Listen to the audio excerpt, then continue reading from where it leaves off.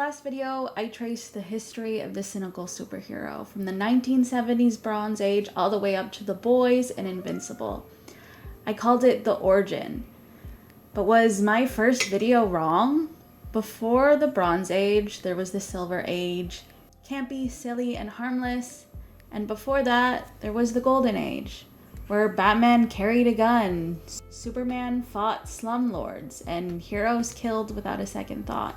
Those heroes are dark, they're violent, but they don't feel like Homelander or Rorschach. So if my first video started in the 1970s, did I miss the real origin? Let's find out. Part 1, the Golden Age. Dark in action, not in attitude. Let's start at the very beginning this time. Batman debuted in Detective Comics number 27 in early 1939. In that first story, he beats up a criminal, throws him in a vat of acid, and leaves him to die. No hand-wringing, no should I have done that, he just moves on. Superman, who debuted in 1930s Action Comics number 1, started out going after slumlords, wife-beaters, and corrupt politicians. In that first issue, he grabs a criminal and throws him through a wall. There's no trial, no due process, just a godlike being dispensing his own brand of justice. This might be strange to hear if you watched my first video, because we talked about how Marvel heroes were an answer to DC's perfect heroes. Marvel was an attempt to make more flawed yet still heroic characters. But the actions of these so-called perfect heroes from the Golden Age seem pretty diabolical. They don't just feel like flawed heroes, they seem genuinely malicious, more akin to Homelander than Spider-Man. Andrew O'Malley, a historian, points out that in the 1940s, comics were everywhere. Quote, 90% of upper elementary and high school students read comic books regularly. Comics were the dominant form of entertainment for kids. They outsold magazines, they outsold newspapers, they were everywhere.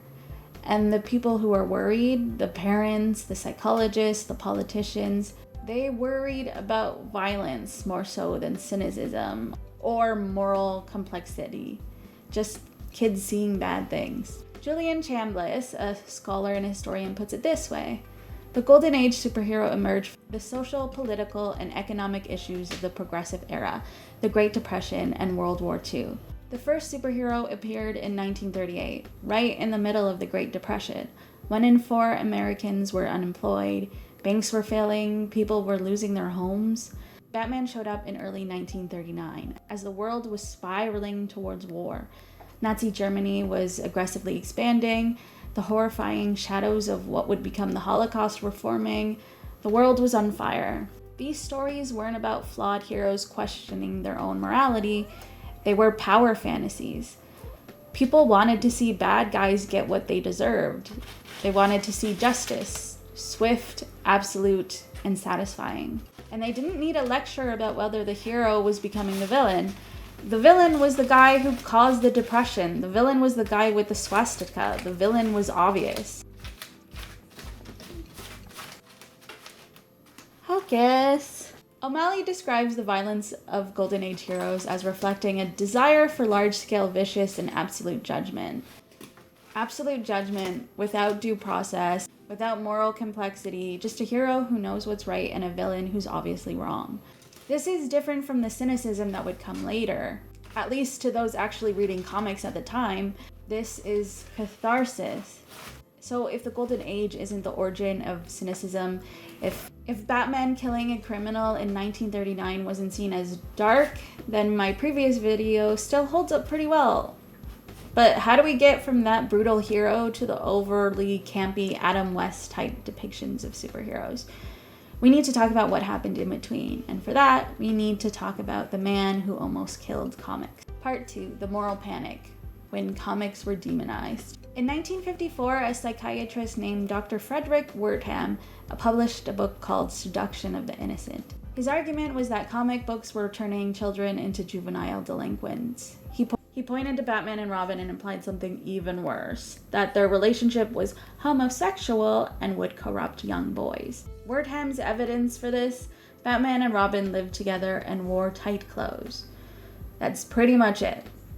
He pointed to crime comics and said that they taught kids how to steal. He pointed to horror comics and said that they gave children nightmares. The book became a bestseller and it led to Senate hearings. The Comic Book Legal Defense Fund, yes, that's a real organization, and yes, they do important works, calls these hearings the most significant moment in the history of comic book censorship. The hearings were part of a larger wave of congressional witch hunts in the 1950s. The same fear that targeted communists, that targeted gay people, that targeted anyone who seemed different. That same fear turned its eyes on comic books.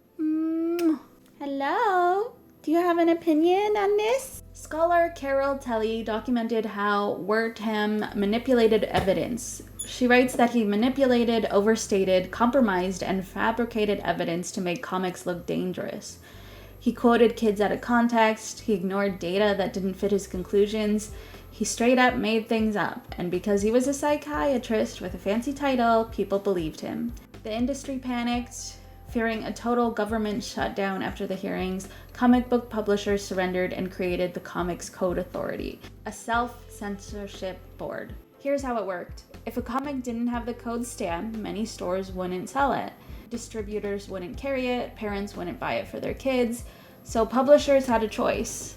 Follow the code or go out of business. A 2025 academic presentation on comic censorship notes that the code heavily restricted violence, horror, and complex themes, forcing publishers to adopt silly, lighthearted, and campy storylines to keep comics purely kid-friendly. And another one of my beloved hobbies was targeted too. Something that we talk about on this channel just as much as comics: tabletop role-playing games.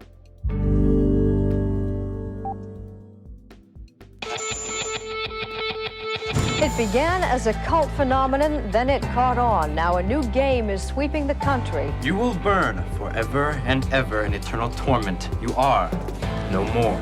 The role-playing game Dungeons & Dragons debuted in 1974. It became a hit with many adolescents, but critics claimed it was an invitation to devil worship. The witchcraft, the demonism, the spells. And worse. It is not fun and games. Because the exact same thing happened again to Dungeons & Dragons in the 1980s. The Satanic Panic. People who had never played the game decided it was teaching kids witchcraft and driving them to suicide. They pointed to hidden messages in the rulebooks. They claimed that D&D was a gateway to devil worship. A grieving mother named Pat Pulling believed her son's suicide was caused by D&D. She started a national campaign. She wrote a book called The Devil's Web, which is an amazing band name, but terrible social science. Sarah Z has a great video talking about this called The Rise and Fall of Misery Memoirs. I really recommend that video. And look, I'm not making light of a mother's grief. Losing a child is unimaginable, but the evidence just wasn't there. Multiple studies found no connection between D&D and suicide. The hidden messages were just product codes and random page numbers. Same as with comics, same as with video games later, same as with rock music before that. Now, to be fair, modern panics aren't always built on pure fiction. Social media does have real documented harms, and some studies show a correlation between video games and aggression. But these genuine concerns get flattened, exaggerated, and twisted by people with specific political or religious agendas who don't actually care about the data. We are watching this exact tension play out in real time today. Right now, look at the sweeping legislation moving across the globe, from the youth social media bans in Australia and the UK to right here in Canada with the proposed Safe Social Media Act.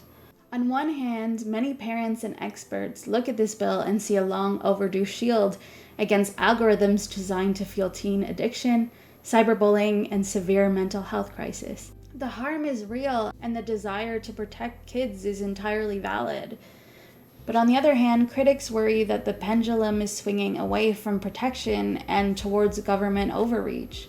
Mandating age verification for these platforms inherently requires a massive expansion of digital infrastructure, like uploading government IDs and facial scanning data, raising massive alarms about privacy and state surveillance. Is it a genuine safety measure, or is it a moral panic being weaponized to expand administrative control? There's always something that adults blame for the things they don't understand. Rock and roll was going to make kids promiscuous. Video games Video games were going to make them violent. Social media is currently having its turn. The question we have to ask ourselves is, when the dust settles on our current digital era, will we look back at these bans as necessary intervention or just another seduction of the innocent? Because if history has taught us anything, it's that it's always easier to blame the medium than it is to fix the underlying system. But I want to know where you stand on this, especially my fellow Canadians who are looking at the Safe Social Media Act right now. Do you think the very real mental health risks justify province-level age verification, or does the threat of government digital surveillance cross the line? Drop your thoughts in the comments below. I'm pinning a comment to kickstart the debate, and I'll be down there responding to as many of you as I can. If you want to understand how we got here in the first place, make sure you check out my previous video on the history of the cynical superhero, which should be on your screen right now. Thank you so much for watching. Stay critical, stay weird, and I'll see you in the next essay.